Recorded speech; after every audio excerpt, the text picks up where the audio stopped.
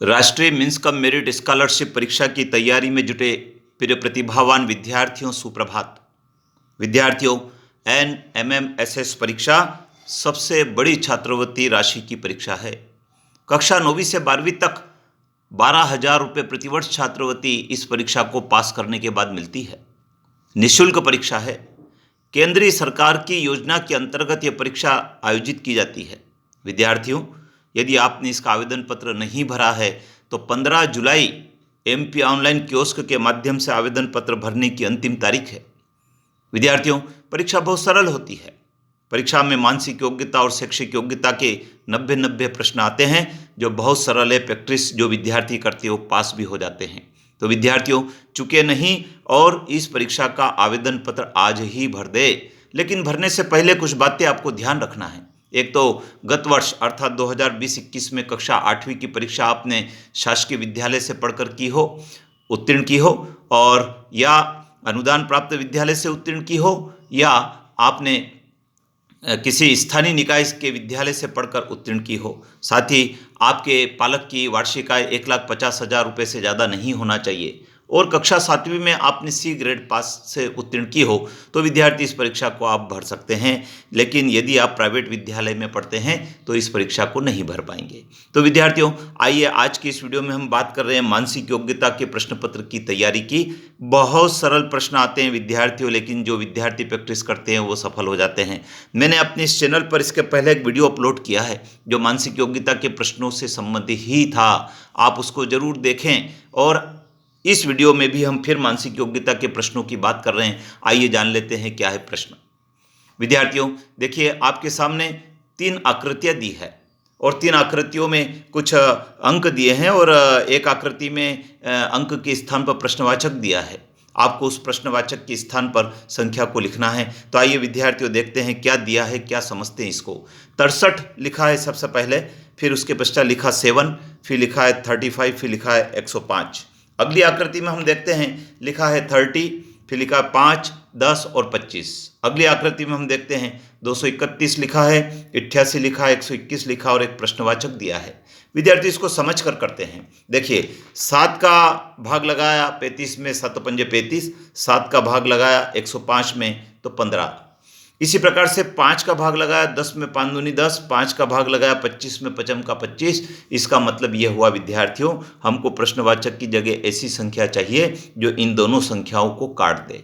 तो हम देखते हैं हमारे पास 3, 4 और 7 ऐसी संख्या है जो यदि यहाँ लिख दें तो इसको पूरी तरह नहीं काटती है। तो 11 ऐसी संख्या है जिसको प्रश्नवाचक के स्थान पर लिख दें तो यह हमारी दोनों संख्याओं को काट देगी। 11 88 और 11 में 11 121। तो हमारा डी आंसर सही होगा।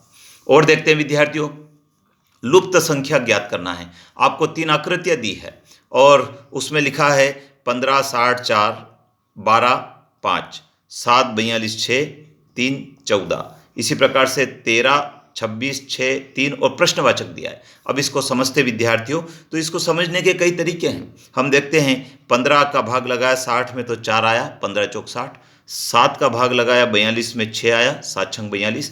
इसी प्रकार से 13 और यहाँ पर कौन सी संख्या लिखे कि वो 6 आ जाए।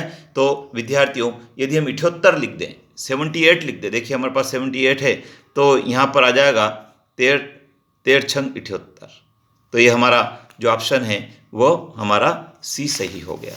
और देखते हैं विद्यार्थियों और क्या वैरायटी मानसिक योग्यता में आई है। देखिए 625 अनुपात 25 समानुपात 169 दिया है। विद्यार्थियों, हमको यहाँ पर ऐसी संख्या लाना है जिसमें गुणा किया जाए तो 169 हो जाए। क्यों? क्योंकि हम देखते हैं 25 का 25 में किया तो 625 आ गया है। इसी प्रकार यदि हम 13 का 13 में करें तो 169 आ जाएगा। तो हमारा सही ऑप्शन विद्यार्थियों B हुआ। और देखते हैं विजातीय विकल्प को छाटिए। विजातीय विकल्प मतलब जो अन्य से डिफर है उसको छाटना है। तो हम देखते हैं कि पहले दिया है 169, फिर दिया है 121, फिर दिया 625, फिर दिया 168। विद्यार्थियों 169 किसी का स्क्वायर है। 13 गुणित 13 169। इसी प्रकार से 11 गुणित 11 121, 25 गुणित 25 625। तो 168 तो कोई ऐसी संख्या नहीं है जिसका स्क्वायर होगा। तो ये विजातीय है, ये हमारा उत्तर है। और देखते हैं 5, 35, 11 और 67, इसमें हमको विजातीय छांटना है। तो विद्यार्थियों, विजातीय छांटने के लिए हमको फिर से संख्या का अध्ययन करना पड़ता है, रिलेशन बिठाना पड़ता है।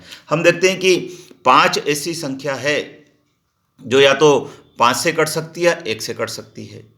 इसी प्रकार से हम देखते हैं 11 ऐसी संख्या है जो 11 से ही कट सकती है, 1 से कट सकती है। इसी प्रकार से विद्यार्थियों हम देखते हैं कि 67 ऐसी संख्या है जो 67 से कट सकती है। लेकिन विद्यार्थियों 35 ऐसी संख्या है जो 7 से भी कट सकती है, 5 से भी कट सकती है।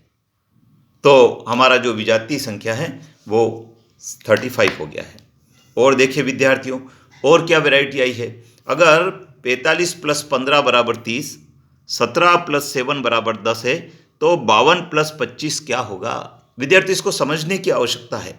हम देखते हैं कि 45 में से 15 गए तो 30 बचते हैं, 17 में से 7 गए तो 10 बचते हैं, तो 52 में से यदि 25 चले जाए तो कितने बचेंगे, 27।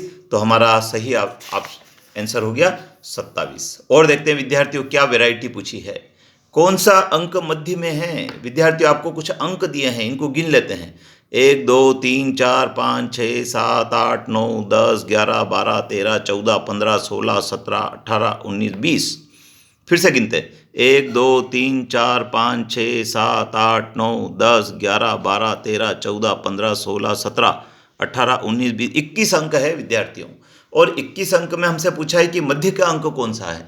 तो 10 इधर का और 10 इधर का यदि हम छोड़ दें तो मध्य का अंक हमारा निकल कर आ जाएगा। 1, 2, 3, 4, 5, 6, 7, 8, 9, 10। ये हमने इधर के 10 छोड़ दिए, तो इधर के देखते हैं। 1, 2, 3, 4, 5, 6, 7, 8, 9, 10।